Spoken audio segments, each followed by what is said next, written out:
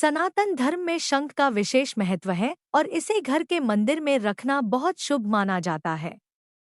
धार्मिक ग्रंथों में शंख को भगवान विष्णु और माता लक्ष्मी का बहुत प्रिय बताया गया है।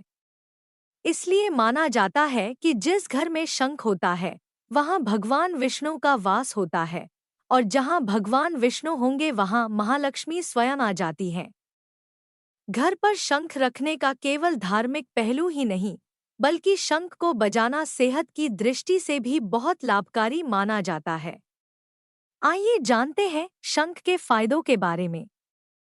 शंख में जल भरकर पूजा स्थल पर रखना चाहिए।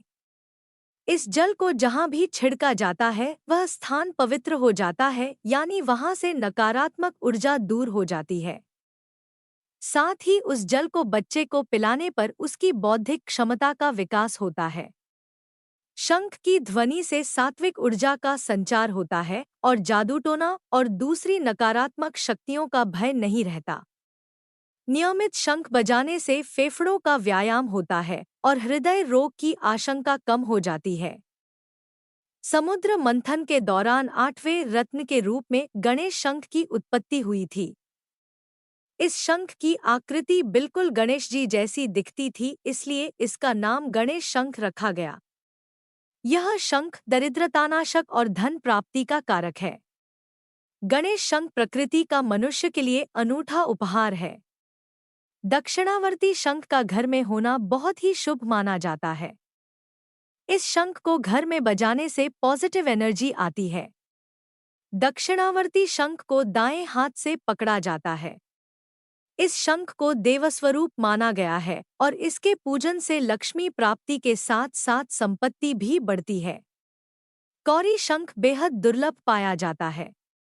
इस शंख को घर में रखने से भाग्य की वृद्धि होती है और सभी कार्य बनने लगते हैं।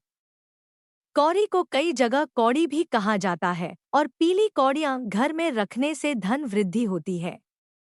इस शंख का प्राचीन काल में गहनों में प्रयोग किया जाता था। कामधेनु शंख को गौमुखी भी कहा जाता है। यह शंख कामधेनु गाय के मुख जैसी रूपाकृति का होने की वजह से इसे गोमुखी कामधेनु शंख कहा जाता है। कहते हैं इस शंख की पूजा करने से तर्क शक्ति प्रबल होती है। इसे कलयुग में मनोकामना पूर्ति का साधन बताया गया है। वामवर्ती शंख को बाएं हाथ से बजाया जाता है। इसके बजाने के लिए एक छिद्र होता है। यह शंख नकारात्मक ऊर्जा को घर से बाहर निकालने में सक्षम होता है। इसके घर पर रहने से हमेशा सुख शांति का वास होता है। यह शंख आसानी से मिल जाता है। महाभारत काल के दौरान भगवान कृष्ण के पास 5 जन्य शंख था। बताया जाता है कि इस शंख की आवाज बहुत दूर तक पहुंचती थी। अब यह शंख मौजूद नहीं है। बताया जाता है कि भारत में कहीं पर यह शंख आज भी मौजूद है। कुछ लोग कहते हैं कि यह आदि बद्री में सुरक्षित रखा है।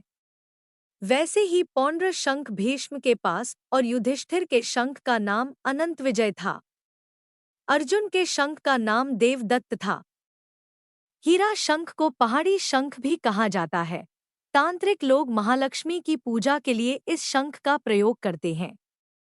यह बहुमूल्य माना जाता है और पहाड़ों पर पाया जाता है। यह शंख दक्षिणावर्ती शंख की तरह ही खुलता है। मोती शंख को घर में स्थापित करने पर सुख शांति का वास होता है।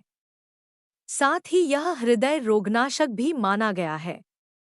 इसकी हर रोज पूजा करने पर आर्थिक उन्नति होती है। अगर इस शंख को कारखाना, दुकान या ऑफिस में रखेंगे तो कभी भी आपको व्यापार में घाटा नहीं होगा। इस शंख को श्रीयंत्र भी कहा जाता है क्योंकि इसका नाम महालक्ष्मी शंख है। मान्यता है कि यह महालक्ष्मी का प्रतीक है। इसकी आवाज सुरीली होती है और जिस भी घर में इसकी पूजा अर्चना होती है वहां देवी लक्ष्मी का स्वयं वास होता है। अगर आपको ये वीडियो अच्छा लगे तो इसे लाइक, शेयर और चैनल को सब्सक्राइब कर लीजिए। इससे हमें आपके लिए और अच्छे वीडियो बनाने की प्रेरणा मिलती है। धन्यवाद।